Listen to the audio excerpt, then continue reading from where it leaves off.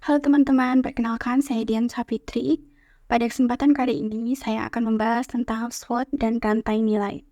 Kedua konsep ini sangat penting dalam dunia bisnis karena dapat membantu kita untuk memahami kekuatan dan kelemahan bisnis kita, serta menentukan strategi pemasaran yang tepat.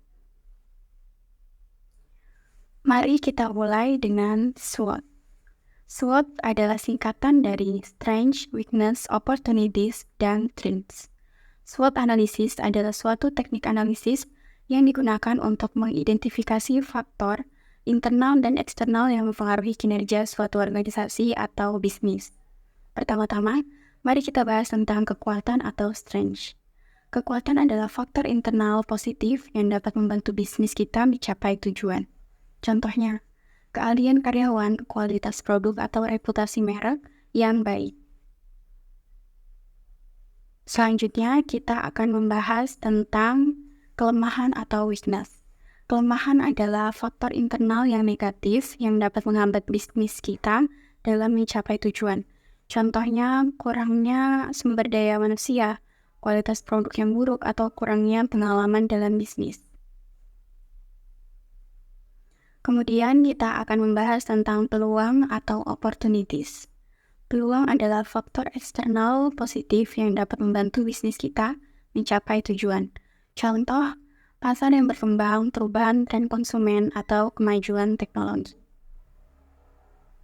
Terakhir, kita akan membahas tentang ancaman atau threats. Ancaman sendiri adalah faktor eksternal negatif yang dapat menghambat bisnis kita mencapai tujuan. Contohnya, persaingan yang ketat, perubahan regulasi, atau perubahan kondisi ekonomi. Setelah kita memahami SWOT, mari kita bahas tentang rantai nilai. Rantai nilai adalah suatu konsep yang digunakan untuk mengidentifikasi aktivitas yang dilakukan oleh suatu bisnis untuk menghasilkan nilai bagi pelanggan.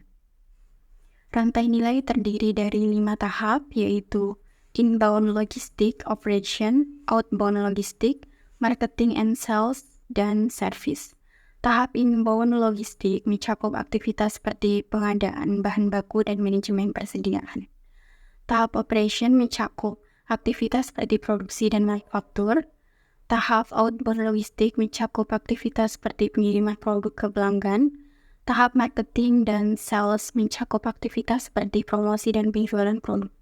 Terakhir, tahap service mencakup aktivitas seperti perbaikan produk dan dukungan pelanggan.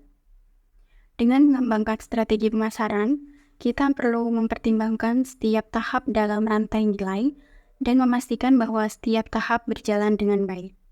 Dengan memahami rantai nilai, kita juga dapat mengidentifikasi area yang perlu ditingkatkan dan mengembangkan strategi pemasaran yang lebih efektif.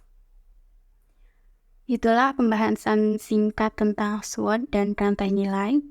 Dalam dunia bisnis yang semakin kompetitif dan kompleks, memahami konsep-konsep ini sangat penting untuk mencapai kesuksesan. Semoga video ini bermanfaat dan dapat menambah wawasan kita semua. Terima kasih telah menonton dan sampai jumpa.